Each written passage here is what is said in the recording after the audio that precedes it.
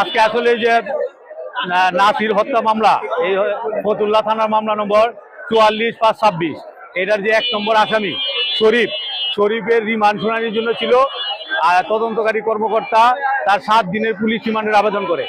Police রিমান্ডের আবেদন করলে বিজ্ঞ ফতুল্লা আমলি আদালতের বিজ্ঞ বিচারক জনাব সাইফুল ইসলাম স্যারের কোর্টে এটার রিমান্ড শুনানি হয়।